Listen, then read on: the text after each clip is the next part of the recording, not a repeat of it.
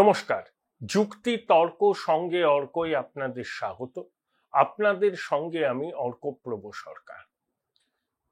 15 বছরের তৃণমূল জমানায় সব থেকে মর্মান্তিক ঘটনা কোনটা?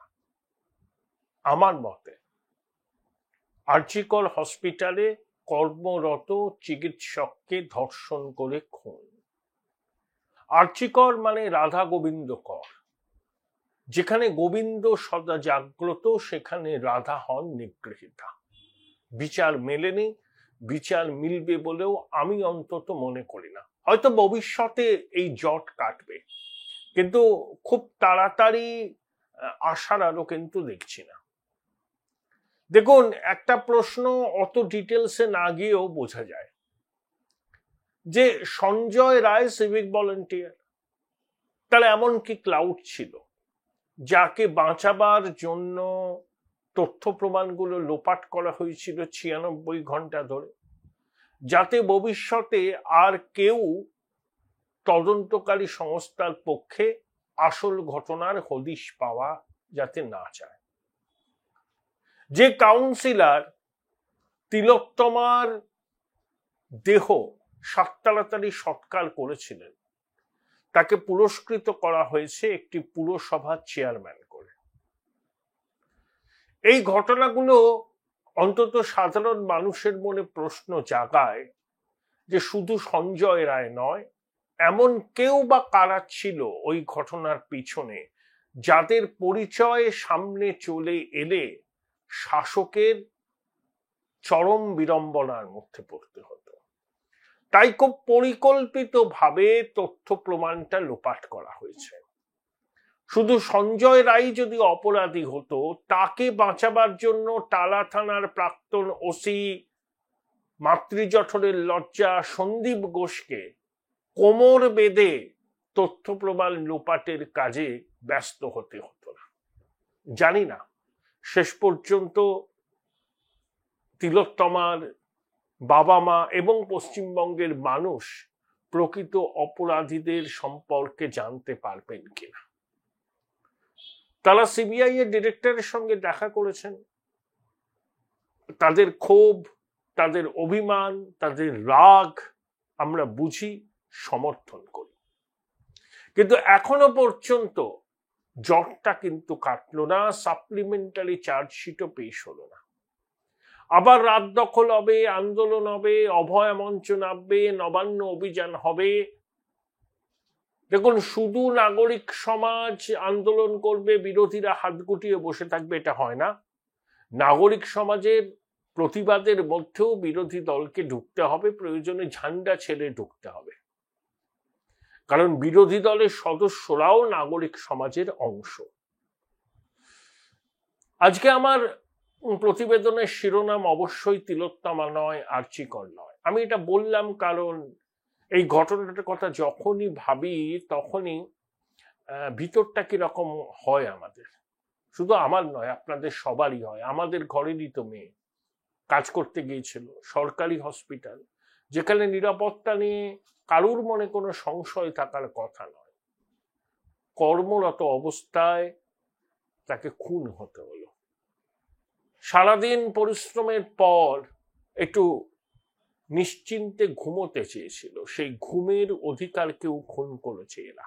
আমরা মায়ের কাছে কি বলি? যা দেবী সর্বভূতেষু নিদ্রা রূপে না সংস্থিতা। এই ঘুমের অধিকার কেউ এরা খুন করেছে।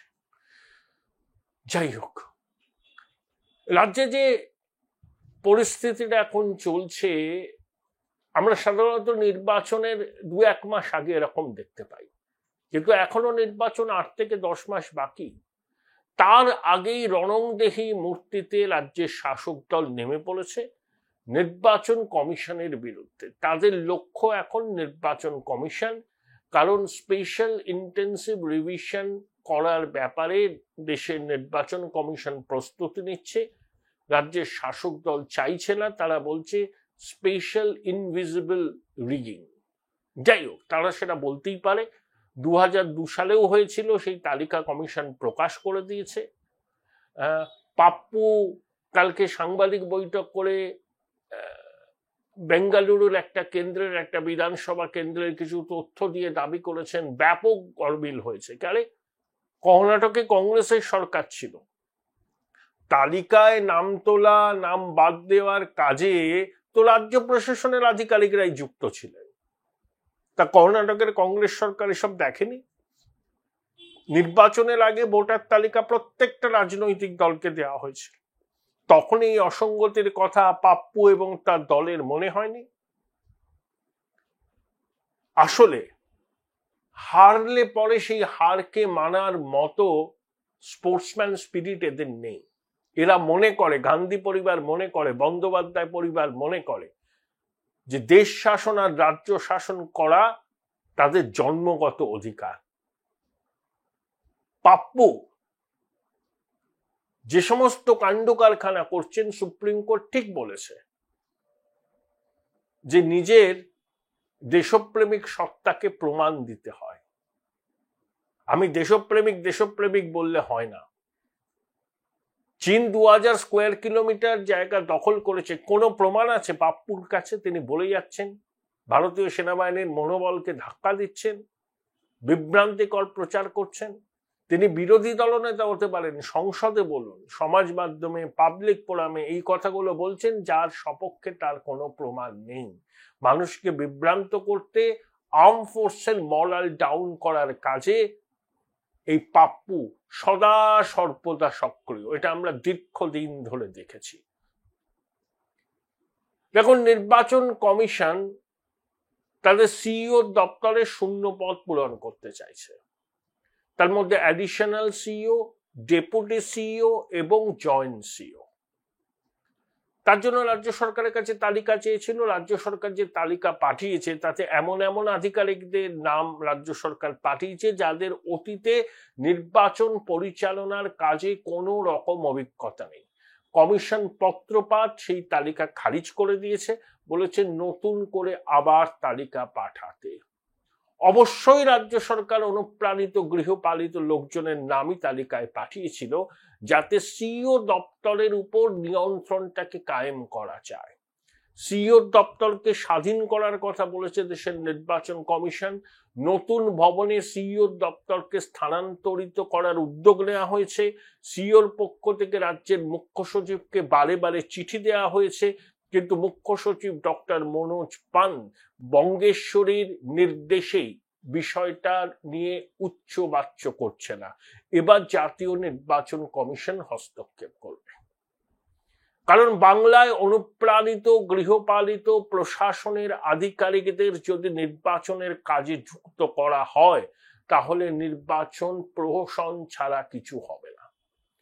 শুধুমাত্র ফর্ম 6 এর মাধ্যমে নতুন ভোটারদের নাম তালিকায় যুক্ত হয়। কমিশন একটা র্যান্ডম স্যাম্পলিং করেছে, তাও কি 0.01%। তাতেই ময়না এবং পূর্ব মেদিনীপুরে যে সমস্ত তথ্য বেরিয়েছে হাড় হিম করে দেওয়া। মানে আইপ্যাকের মদতপুষ্ট সংস্থার প্রতিনিধিরা চুক্তির ভিত্তিতে ডাটা এন্ট্রি অপারেটর হিসাবে যুক্ত হয়েছে, তারা বেআইনি কাজ করে, তাদেরকে মদত দিচ্ছে অনুপ্রাণিত গৃহপালিত প্রশাসনের অংশ। আমি তো বলছি না এ তো পয়লা ঝাঁকি হ্যায়। রাজারহাট গোপালপুর দেখুন, নন্দকুমার দেখুন, প্রত্যেকটা বিধানসভা কেন্দ্রে দলে দলে যদি দেখা যায়, দেখবেন কি বিপুল পরিমাণ ভুয়ো ভোটারের নাম তালিকায় উঠেছে। এইটাকে যখন বাদ দেওয়ার উদ্যোগ নেওয়া হচ্ছে, তখনই বলছে যে স্পেশাল ইনভিজিবল রিগিং, অর্থাৎ ভোটারদের নাম বাদ দিচ্ছে। অবৈধ অনুপ্রবেশকারী বাংলাদেশিরা, মৃত ভোটাররা, একাধিক জায়গায় নাম আছে এমন ভোটারদের নাম তালিকায় থেকে বাদ যাবেই যাবে। সেই সংখ্যা বিহারের থেকে একটা কম হবে না। কিন্তু প্রকৃত ভারতীয় ভোটার, তিনি যে ধর্মাবলম্বী হন না কেন, তার কোনো রকম চিন্তার বা উদ্বেগের কারণ নেই। বঙ্গেশ্বরী এবং তার সাঙ্গ পাঙ্গরা চিৎকার করে মানুষকে বিভ্রান্ত করছেন। যে 12টা নথির কথা বলেছে কমিশন, অধিকাংশ মানুষের কাছে সেই নথি আছে। আপনারা তালিকাটা দেখে নেবেন, দেখবেন এই 12টা নথির মধ্যে কোনো না কোনো নথি আপনাদের কাছে আছে যদি আপনারা প্রকৃত ভারতীয় নাগরিক হন। অনুপ্রবেশকারীদের কাছে সেই নথি থাকবে না, এটা হচ্ছে একদম পরিষ্কার। তাই স্পেশাল ইন্টেন্সিভ রিভিশন হবে, হয় 1 সেপ্টেম্বর বিজ্ঞপ্তি বেরোবে, না হলে দীপাবলি ভাইফোঁটার পরে বেরোবে। তার আগে কমিশনকে ঘর গুছিয়ে নিতে হবে। যেরকম যুদ্ধংদেহী মনোভাবে রাজ্য প্রশাসন নেমেছে, ইঞ্চিতে ইঞ্চিতে বুঝে নেবার কথা বলছে, কমিশনের দপ্তরকে ঘেরাও করার কথা বলছে, রাজ্য প্রশাসন কোনো রকম ভাবে নির্বাচন কমিশনকে সহযোগিতা করবে না। ভারতের জাতীয় নির্বাচন কমিশন আশা করি এই বিষয়টা বুঝে গেছে। জনপ্রতিনিধিত্ব আইন 1950 তার বিভিন্ন ধারায় স্পষ্ট করে বলা আছে, নির্বাচনের কাজে যুক্ত সরকারি আধিকারিকরা নির্বাচন কমিশনের ডেপুটেশনে থাকেন। কমিশনের নির্দেশ মানতে তারা ব্যর্থ, তারা যদি 2 নম্বরই করেন, ম্যালপ্র্যাকটিস করেন, কমিশন শাস্তিমূলক ব্যবস্থা নিতে পারে। তার জন্য রাজ্য সরকারের কোনো অনুমতির দরকার হয় না। মাননীয় যতই বিষোদ্গার করুন, হুঙ্কার দিন, আমি এফআইআর করব না, আমি মানব না, করতে পারবেন না। এরকম করলে সাংবিধানিক কাঠামোটা ভেঙে গেছে বলে কমিশন যা পদক্ষেপ নেওয়ার নেবে, পারবেন না আপনি। আপনার মুখ্য সচিব আইনি জটে ফেঁসে যাবেন, ঠিক আলাপন বন্দ্যোপাধ্যায় ফেঁসে গিয়েছিলেন। সম্ভবত এখনো তার পেনশন, গ্র্যাচুইটি সহ অন্যান্য অবসরকালীন সুযোগ সুবিধা তিনি পান না। রাজ্যের মুখ্য সচিব ডক্টর মনোজ পান্ত যদি মাননীয়ার কথা শুনে নির্বাচন কমিশনের নির্দেশকে অগ্রাহ্য করেন, তাহলে তার পরিণতিও আলাপন বাবুর মতো হতে পারে।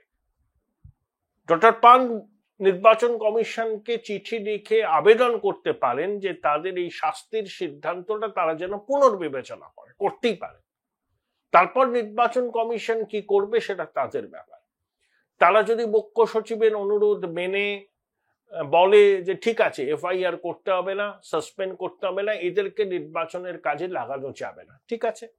আর যদি নির্বাচন কমিশন তাদের সিদ্ধান্তে অনড় থাকে, তাহলে কিন্তু মুখ্য সচিবকে ব্যবস্থা নিতেই হবে, এফআইআর করতে হবে, ডিসিপ্লিনারি অ্যাকশন নিতে হবে, বিভাগীয় তদন্ত করতে হবে। তিনি যদি নির্বাচন কমিশনের চিঠির কোনো উত্তর না দেন, তাহলে ধরে নিতে হবে যে নির্বাচন কমিশনের সিদ্ধান্ত মানছে না। সাংবিধানিক প্রতিষ্ঠানের সিদ্ধান্ত রাজ্য সরকার যদি না মানে, রাজ্য প্রশাসনের সর্বোচ্চ আধিকারিক যদি না মানেন, তাহলে সাংবিধানিক সংকট সৃষ্টি হয়।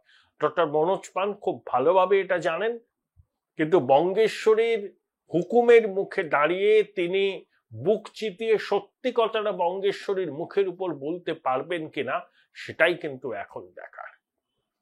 তবে নির্বাচন কমিশন এইসব হুমকি ধমকি এসবে তারা কিন্তু কেয়ার করবে না। তাদের যে পদক্ষেপগুলো দেখছি, তেজস্বী যাদব বলছিল তার নামই নেই, কমিশন বলে দিয়েছে আছে, 2 জায়গায় নাম তোলা আছে। ছোটবাবু একটা ভিডিও পোস্ট করে বলেছিলেন যে ট্রাক্টর বা কুত্তার নাম ভোটার তালিকায় আছে, কমিশন বলেছে ফেক। এমনকি রাজদীপ সরদেশাইয়ের কোনো কমেন্টকেও কমিশন বলেছেন ভুল। এই ইকোসিস্টেমটা কিন্তু খুব সক্রিয়, লাভ হবে না। এসআইআর হবে, মৃত ভোটার, ফিকটিশিয়াস ভোটার, 2 জায়গায় নাম তোলা ভোটার, দীর্ঘদিন এ রাজ্যে থাকেন না কিন্তু নাম আছে ভোটার তালিকায়, তাদের নাম বাদ যাবে। এবং কমিশনের কাজে যদি বাধা দেন রাজ্য সরকার, রাজ্য প্রশাসনের আধিকারিকরা, কমিশন ছেড়ে কথা বলবে না। তাতে সব থেকে সমস্যায় পড়বে রাজ্যের আমলাকুল। মুখ্যমন্ত্রীর কিচ্ছু হবে না, কারণ তিনি ভাষণ দেবেন, সিদ্ধান্ত রূপায়ণ করেন আমলারা। এই আমলাকুলকে বিপন্নতার মুখে ঠেলে দিচ্ছেন বঙ্গেশ্বরী। মুখে বলছেন দেখো আমি আছি তোমাদের পাশে, শেষ রক্তবিন্দু দিয়ে রক্ষা করব, কিন্তু তার হাতে কোনো ক্ষমতা নেই। তিনি সাংবিধানিক প্রতিষ্ঠানের নির্দেশ মানেন না। তিনি আবার সংবিধান হাতে নিয়ে শপথ নিয়েছেন, মাঝে মধ্যেই বলেন সংবিধান বিপন্ন। Join Indian Institute of Hotel Management now. Right choice, right decision. আর নিজেই সাংবিধানিক প্রতিষ্ঠানের নির্দেশ মানেন না। তিনি চান তার যে রাজ্য নির্বাচন কমিশনের প্রধান আছে একেবারে অনুপ্রাণিত এবং গৃহপালিত, সেই রকম কেউ দেশের নির্বাচন কমিশনের প্রধান হোক, বঙ্গেশ্বরীর এই আশা পূরণ হবে না। এবারের নির্বাচন অন্য রকম ভাবে হবে, যাতে প্রত্যেকটা ভোটার, ভারতীয় ভোটার, তাদের গণতান্ত্রিক অধিকার নির্ভয়ে প্রয়োগ করতে পারে। এবং স্পেশাল ইন্টেন্সিভ রিভিশন যদি রাজ্য সরকারের অসহযোগিতায় শুরু না করা যায়, তাহলে রাষ্ট্রপতি শাসনের মধ্যে এই স্পেশাল ইন্টেন্সিভ রিভিশন হবে, তারপরে ভোট হবে, তারপর নতুন সরকার শপথ নেবে। কারণ অনুপ্রবেশকারী বাংলাদেশিদের নাম তালিকায় থাকবে, ভুয়ো ভোটারদের নাম তালিকায় থাকবে, মৃত ভোটারদের নাম তালিকায় থাকবে, তারা শাসক দলের ভোট ব্যাংক হবে, সেই ভোট শাসক দল পাবে, তাতে জনগণের প্রকৃত মতামতের প্রতিফলন নির্বাচনের ফলে হয় না, সেটা নিশ্চিত করতে হবে। নির্ভুল ভোটার তালিকায় ভোট হোক, যা ফলাফল হবে মানুষ মেনে নেবে, কারোর কোনো কথা বলার অধিকার থাকবে না যে নির্বাচন অস্বচ্ছ হয়েছে, নির্বাচন ম্যাল প্র্যাকটিস হয়েছে। 2011 মমতা বন্দ্যোপাধ্যায় যখন ক্ষমতায় এলেন, সেই নির্বাচন সুষ্ঠুভাবে হয়েছিল, কারোর কোনো অভিযোগ ছিল না। এবারের নির্বাচনটাকেও 2011 বা তার থেকেও বেশি কি বলবো আর কি স্বচ্ছভাবে করতে হবে, যাতে কারণ মনে কোনো গ্রিভান্স না থাকে, আমি ভোট দিতে পারলাম না, বিরোধীরা যাতে কোনো অভিযোগ করতে না পারে, ভোট লুট, সন্ত্রাস, হুমকি।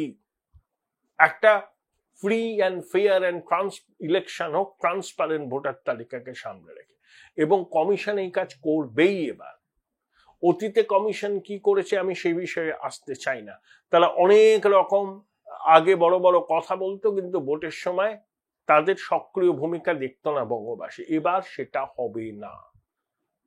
কমিশনের উপর চাপ সৃষ্টি করতে হবে, যাতে নির্ভুল ভোটার তালিকার মাধ্যমে একটা সুষ্ঠু অবাধ রক্তপাতের নির্বাচন হয়। রাজ্য সরকার প্রতি পদে পদে বাধা দেবে, পরিকাঠামোগত ভাবে অসহযোগিতা করবে, বিএলওদের ধমকাবে, চমকাবে, শাস্তির হুমকি দেবে। কিন্তু যারা সরকারি আধিকারিক, যারা নির্বাচনের কাজে যুক্ত হবেন, তাদের একটা কথা মনে রাখতে হবে, যে তারা নির্বাচন কমিশনের ডেপুটেশনে আছেন, কমিশনের নিয়ম কানুন মেনে ভোটের কাজ করতে হবে। এর অন্যতা হলে তাদের বিরুদ্ধে শাস্তিমূলক ব্যবস্থা নেওয়া হবে। বিহারেও হয়েছে, বাংলাতেও হবে। যতই WBCS এক্সিকিউটিভ অফিসারদের অ্যাসোসিয়েশন কাকুতি মিনতি করে চিঠি দিন, তারা অনুরোধ করতে পারেন, তাদের কিন্তু সবার আগে সহকর্মীদের এটা বলে দেওয়া উচিত যে বঙ্গেশ্বরীর কথা শুনে তারা যদি নিয়ম বহির্ভূত কাজ করে, তাহলে শাস্তির খাড়া তাদের মাথায় নামবে, তখন কিন্তু কিছু করার থাকবে না। WBCS এক্সিকিউটিভ অফিসার্স অ্যাসোসিয়েশনের যারা পদাধিকারী আছেন, তাদের উচিত তাদের সমস্ত সহকর্মীদের এই কথাটা দ্বর্থহীনভাবে বলে দেওয়া, তাহলে তারাও তাদের নিজের সাংবিধানিক দায়িত্ব পালন করবে। বঙ্গেশ্বরীর হুকুম মেনে তারা যদি সাংবিধানিক প্রতিষ্ঠানের কাজ না করেন, শাস্তির মুখে তাদের পড়তেই হবে, এবং সেই শাস্তি মুকুব করা হবে না। আশা করি বার্তাটা লাউড অ্যান্ড ক্লিয়ার, সেটাই নির্বাচন কমিশন দিয়েছে।